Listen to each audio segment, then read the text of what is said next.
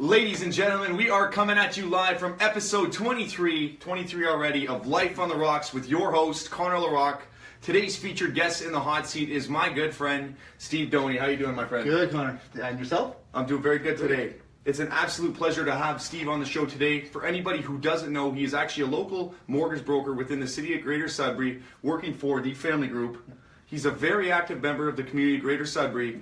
He's part of the Rotary Club, so the Sunrisers group, and he's a Toastmaster. I've seen him actually speak before. You were the MC at one time. I was at one of the, not the events, but at one of the meetings. So to get this started, Steve, what got you started in your career, just right off the bat? Well, it's a family business. Family Group was started and founded 26 years ago by my father, Frank, and I kind of grew up in the business. He started off in real estate, so some of the funny stories I tell my clients is when he was showing real estate and showing homes, I would be following along with him. One funny story comes to mind when he's putting for sale signs. I'm the one holding the sign and he's the one hammering it down. I get nervous. I hope he doesn't miss, but with 40 years experience, he hasn't missed a stake yet.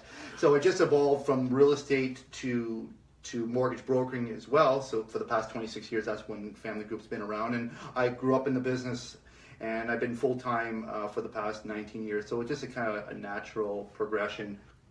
My father's, I'm very grateful for my father for building the company from the ground up. We're an independent and enjoy working with clients and working one-on-one and achieving their goals of if it's home ownership or consolidating bills. We're here to service the community. Absolutely. I think that's huge too, especially because, I mean, real estate and obviously mortgages, they go hand in hand. Yeah. So it's one of those things, if you started within that and then you kind of transition from there. Mm-hmm. So you can kind of say, so your father, and then obviously it's in your blood, he's an entrepreneur right from the start, right? Pretty much. Even my whole family.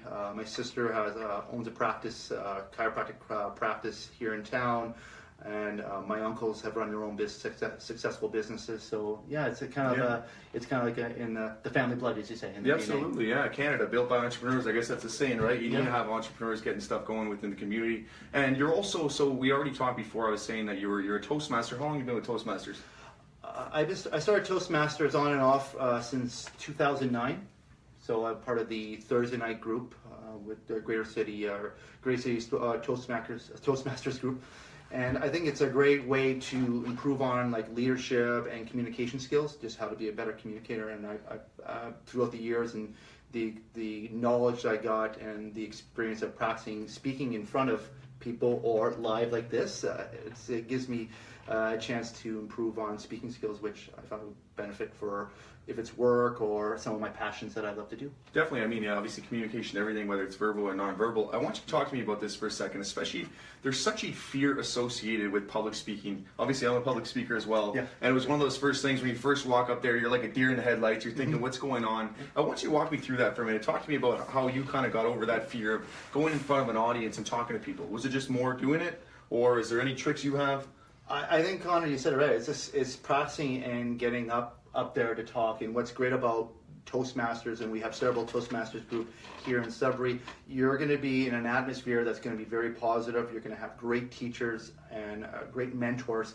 A lot that I still use even after 9 years and doing 10 plus speeches for the group, that you're going to learn to develop a style that fits your character. And as I mentioned, we have some great speakers in our group that I can learn from and kind of develop and tweak my own style. But it comes down to just practicing and just taking that jump, take that leap, and you're going to get great feedback, and everyone's going to be very positive in helping you critique and become be a better speaker in general. Absolutely. It's like I always tell people, you got to get out there, screw up, say something stupid, embarrass yourself, and then you kind of learn from there, right? Oh, I still get nervous. My last speech I did a few months ago, and I still get the butterflies, and that just helps me just try to get the message out and have some fun. I think that's the most important thing, Connor, is have fun when you're up there, and it's gonna go well. Absolutely. I think it's one of the worst things too when you're up and you're going to an event or something. You have a dry speaker, you have someone boring. You want someone that kind of engages the audience. Yeah. And I've seen you before. Like I said, I've seen you MC at the Toastmaster event. It was just one of those regular meetings. Mm-hmm. And Steve, you're very fluent, especially in the way you're talking. You kind of got everyone engaged. You had a little bit of fun. You talked about it. We're going to get into this in a minute. Steve also is a huge active traveler. You've been to over 40 countries, didn't you? Right now, my last count was about 47. 40. So see what I mean? That's a lot of.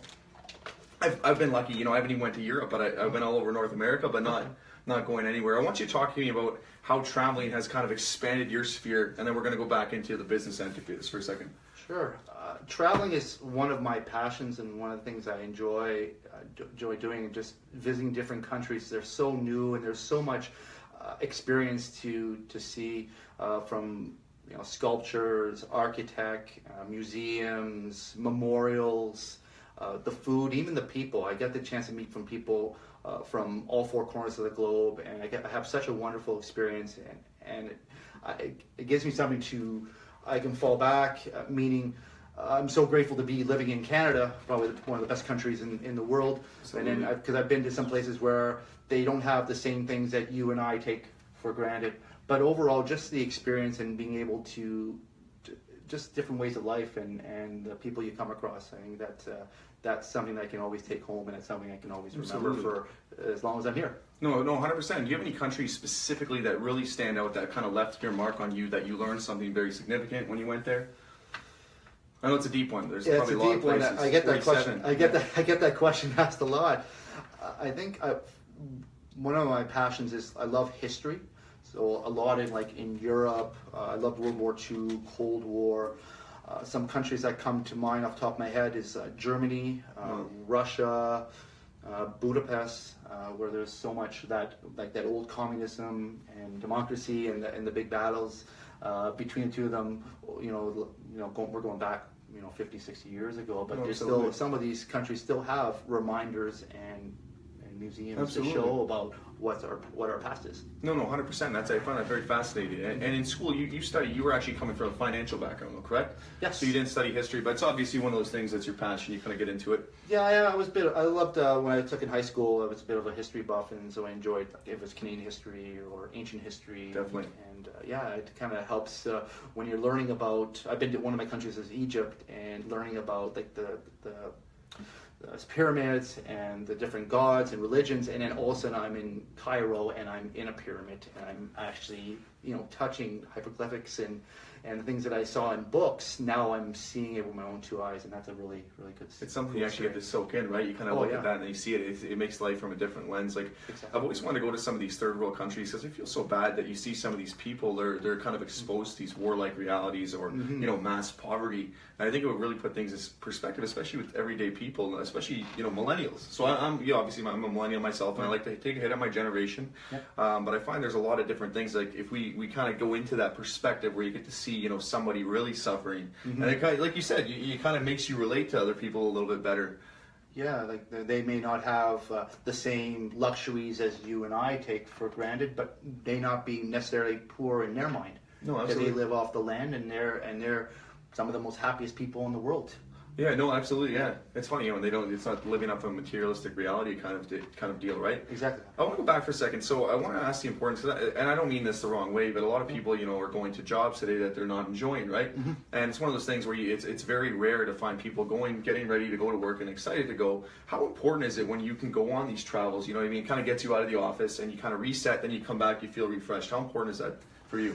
Well, I think it doesn't matter if you're so passionate about it or you're not. You need to take that time to get out of that work environment and enjoy life, and then coming back and you're fired up again, and then you kind of get ready for the next trip or the next adventure. Exactly. It's always about that constant progression and expansion, expand your mind, go through. Okay, so let's cross back over here to the business side. I want to get a little bit of context for the audience out there. But going back for a second, so you focus primarily on mortgages. Honestly, if I was sitting out, what exactly does a mortgage broker do? I really don't, I'm not too sure for anyone else that we're talking about jobs and things.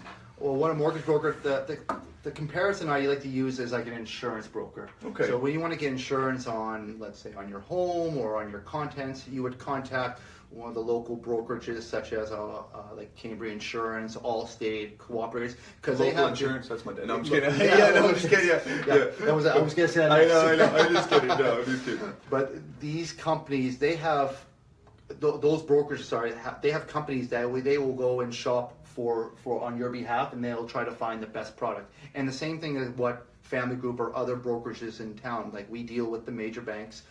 We step outside the banks, such as credit unions, Case Populaires. We have lenders that just work exclusively with mortgage brokers. So advantages of using someone like myself is we have more products to offer and then we try to find solutions.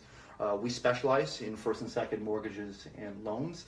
And then I've been in this for almost 20 years, and I'm a second generation mortgage broker. Yeah. So I do this all day. I do this all day long, and on a yearly basis, I close between 70 and 80 mortgages a year. Wow, that's a lot. So, definitely, especially that's a lot of different houses going through, right? Houses, if it's purchasing homes or restructuring their debts to help improve their cash flow, or when life throws a curve, we try to find solutions, and we're here to service the community. Okay, no, that's huge. And that's what we've been doing since for the past 26 years. Yeah, no kidding. Yeah, I was going to say that, because I wasn't too sure about the whole context of what exactly a mortgage broker is, and I figured obviously you're dealing with real estate, different things, different debt and all that other stuff.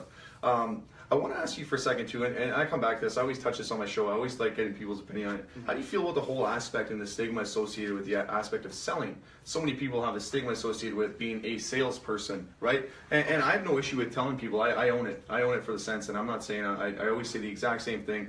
All I do is I build relationships for a living. That's what I do. And you look around this room, right? You look at these chairs, these water bottles, everything was from a salesperson, right? Yes. How do you feel about the stigma associated with sales? I want you to walk me through that. As a broker, it's considered sales, right?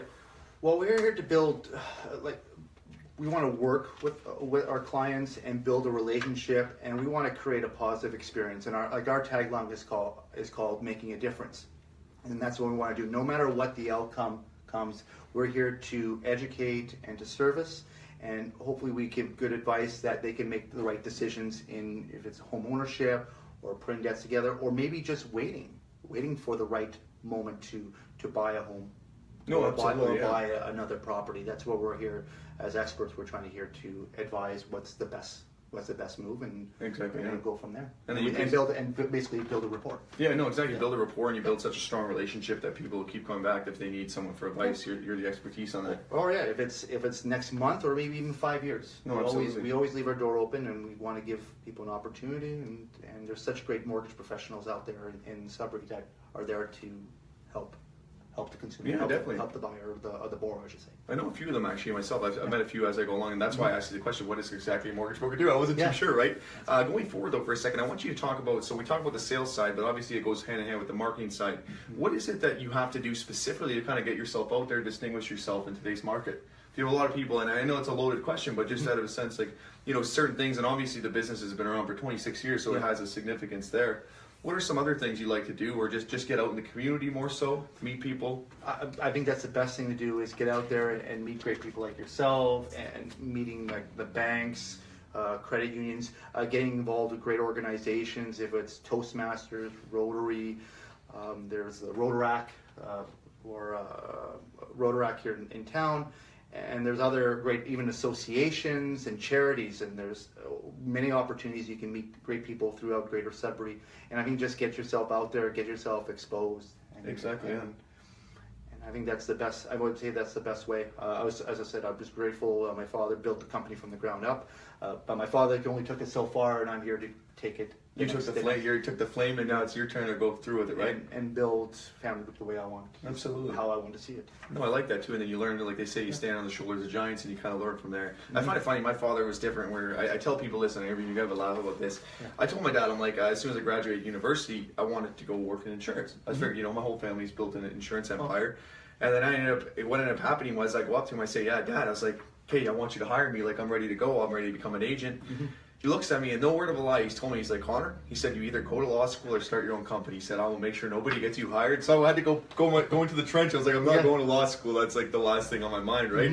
So it's kind of funny they put me in that environment, and luckily it worked out. Obviously, just starting from the ground now, kind of trying to build it up. But it's funny how that kind of happens, where you go into the other's family sphere, and you kind of take that flame and you own it. But transitioning here for a second, I went on a little digression. I think it's important, Steve. So like we said at the beginning of this interview, you're a very community-oriented person. You're part of the Sunrisers group, also Toastmasters. How important is it to give back to the community? I believe, and I don't take this the wrong way, I think too many people right now are too self-centered, and they're focused on what they got to do, when I figure in life you have to kind of expand out, help as many people as you possibly can, and it comes back to you that much more. That's what it's about, influence. Well, yeah, I think if you give good advice and you're honest and true with that person, no matter what the outcome, they will remember that going forward. And there's many times that I spent hours on a file and nothing ever materialize from it, but as long as we put as long as we put our clients on the right path and the right direction, I think that's becomes very important, and then eventually it all comes back in the long run. You got to think of the long run, not the short term. No, but definitely like the long term. No, exactly, and that's the biggest thing, especially when you're looking at the markets or whatever it is. Where's the future going to be? Where's business? And I think not enough people. I think too many people. It's nice to live in the moment and such, but not enough people are planning. And then you see a lot of them graduating from universities, having issues and such like that. Going back, what is so specifically? This is another question for people out there. The Sunrisers Group. What exactly is this? This is a group of business individuals, entrepreneurs that come together, and what goes on here? Well, the Rotary, we have two groups. We have a Monday group, and we're Thursday with the Sunrisers, and a great family and a great group of men and women from all backgrounds, from entrepreneurs to people who work in education, government, teaching, and we're here to make a difference. And our tagline for Rotary is service above self. So we're involved in a lot of great organizations, not only locally in our community, but also international. And we're here to do like fundraisers and promoting different companies and organizations, and try to make Sudbury, or even like the world, sounds cliche, a better place, because there's Rotary groups all over the globe. Definitely, So we all have the same mandate. Okay, so it's just basically creating some type of change in a different way, bringing the community together. I think that's one of the most important things, right? It's that aspect of community that kind of gets people to buy into that, and then it kind of can make a message that much stronger. Within the city of Sudbury, what can we expect from you, Steve? So you're going to be growing your business. Obviously, that's going to be consistent with that. Toastmaster, do you plan on getting back onto the stage? Is there anything? The near future, right now I'm traveling, obviously. Sorry, you're going somewhere. Yeah. Where are you going? Yeah. I'm planning to do some more traveling, maybe in the next maybe 4 to 6 months. Maybe looking at either going back to Central America, or my last big trip I was in Southeast Asia last year. So that was my first time over there, and I did Thailand, Malaysia, and Singapore. And what a good time I had over there. I heard a lot of great things about that part of the world. I'd never been to that part of the world, and it made an impact that I definitely want to go back from the traveling point of view. But from work-wise, we're making some changes with Family Group, and try to get more involved with the community, and just keep on, as applications or people call in looking for help, we're here to try to help them out and work our butts off. So no, absolutely. Did you ever? I gotta ask you, if you're going to Thailand, I always finds a very interesting place. There's such a specific mentality down there. They have a very, very disciplined people. Did you ever go see a martial arts event, like a Muay Thai fight? One of the stops we had, there was an arena like down the street, but they only do like the fights once a week, and the night they were going to do it, we were heading out, so I missed out. Yeah. But yeah, they're known for their Muay Thai and their martial arts. Yeah, definitely it's a must see. Yeah, and then for yourself, obviously, so you come from a hockey background, you've been around the hockey skit too. This is another aspect I want to talk about. Yeah, well, I haven't been too much in hockey. I used to coach and I used to train hockey players, both goaltenders and forwards and defense. I stopped teaching about 10 years ago just to focus on the family business, but that's where I got more involved with Toastmasters. I used to be on the executive with the Young Professional Association a long time ago. Now Rotary. I do CrossFit training and can get back into that. That's great, yeah. So I'm really busy now Yeah. with all these other projects and other interests that I No, 100%. How hard is it? You know, it's one thing to be a player, you're a hockey player, but coming over and to be a great coach, like how hard is that when you're dealing with all these different kids on a team, and you have the ones that are obviously they sit there and listen, but then you have the other ones. Like, talk to me about that. How you're able to, kind of be versatile in that. You want to teach these kids. You're going to have an impact on them, but you want to train them to be the best. Like, yeah. Well, every kid, every athlete, is their style of how to be taught is different. Some people are more verbal, others are more audio, well, verbal, the same thing, more visual, and some you may have to go off in left field. And I had a wide variety of different kids, and some excelled in different ways. But I think as long as you kind of stay positive and you want to work one-on-one and you really show interest in the athlete, I would say 98% were just as receptive going back. Absolutely. And I worked mostly on a one-to-one basis. That's so great. it was just one-on-one instruction. So just myself and the goaltender, and just working on the fundamentals. and working on their abilities and always giving good positive feedback. And I also talk about like areas of opportunity, you know, how can you be better, you know, work on these things. And a lot of times, you know, kids would come back or their parents would say, yeah, he's improved so much on the ice, thank you for spending time. And that's what we're here. And I always say someone had to coach me, and they had to be very, very patient with me, because I wasn't the best. I wasn't the best goalie and the best teaching growing up. So you know, I was very patient and work with them. Do you ever expect to, are you going to get back into the coaching skid, or do you ever expect maybe to teach some people with the public speaking realm? Because obviously that's another huge market out there. A lot of people, there's that massive fear associated with public speaking. Because I mean, you have 10 speeches already under you, right? And I mean, you've been with the organization since 2009. Yeah, I think I got about 11 or 12. 11 or 12, okay, yeah. But close enough. Close. I do actually mentor a couple of other Toastmasters in the group. Where every new Toastmasters, there'll always be another one just to kind of get you through the first few speeches. But I have a lot of times. If I'm not mentoring them, they'll still come up with me and ask me for their feedback or suggestions, and that's what great. Going back to Toastmasters, that's what good, because you're going to get feedback from like 30 other people. Absolutely, yeah. And it's such a positive environment too. That's what I like. You know, you go to some of these events. I've been to tons of them. Some of them they're just dry. A lot of people aren't clapping. Then you get these other ones where everybody's bringing you up, and that's what leaves the experience, the message. I went to an event with Tony Robbins. There was like 14,000 people in there, and he obviously can get the whole crowd jacked up. But at the time, like all these great speakers were coming in, and nobody was involved. It was just so quiet. 14,000 people in this massive arena. And it's funny to see you got people like that. Who were that was back in March, right? Yeah. Yeah, in Toronto. Exactly, yeah. The real estate expo. Yeah, I remember I was going to look into going there. I seen Tony Robbins live 4 years ago in Los Angeles, Embrace the Power Within. And it was a 3-day rock concert. And and Tony Robbins, he goes nonstop. The whole day. Would you argue, is he one of your favorite influencers out there, or who are some of your prominent influencers that have kind of impacted your life? I follow Tony Robbins, Les Brown, Robin Sharma, Louise Hayes. They're great speakers, and I think what's great about them is they had to go through some adversity in their life in order to rise to be something better. And I think that's what everyone, and you know, that's what life has a way of breaking people down, so you can build something better. Absolutely, you kind of understand the pain, and then you can see through other people's eyes to kind of make that happen. And you rise above that. No, absolutely. Yeah.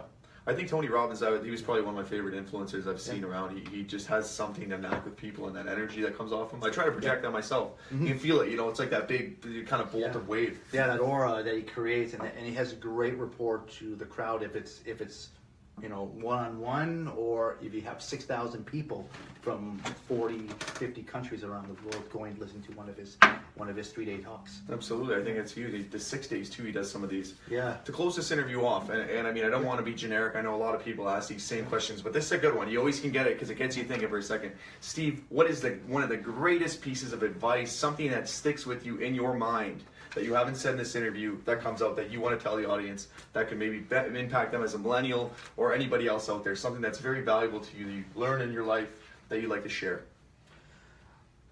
The Rock has a great, or Dwayne Johnson has a great saying, you know, always humble and always grateful and never satisfied. It's something around that line, but always be humble for the opportunities, if it's talking with you or if I get a referral from a previous client. Always working your butt off, and never be truly satisfied. You always want to stretch and you want to keep growing all the time, because that's what we keep doing. Oh, absolutely. And you'll be amazed at what the things you'll be able to accomplish. No, I think that's huge. I think that was the perfect way to end the interview. And you've done an exceptional job, Steve. And honestly, thank you. Steve came in last minute, guys, for anyone else watching there. He was the first guy right there. I was like, he's in. Let's put him in. Yeah, well, looking forward, and hopefully there's another opportunity down the road. I'd be more than happy to help you out. Yeah, absolutely. And anyway, look up the family group and get you, do you have any social media accounts you want to give the audience quick? And then if for my following? Well, our website is familygroup.ca. We do have a Facebook group page if you want to add on and follow up what's happening with Family Group. And our general email is doni@familygroup.ca. If you have any general questions, I'd be more than happy to help you out. All right, there we go. Thank you so much, my friend. Thanks, Connor. Honestly, it's been a pleasure to have you. All right.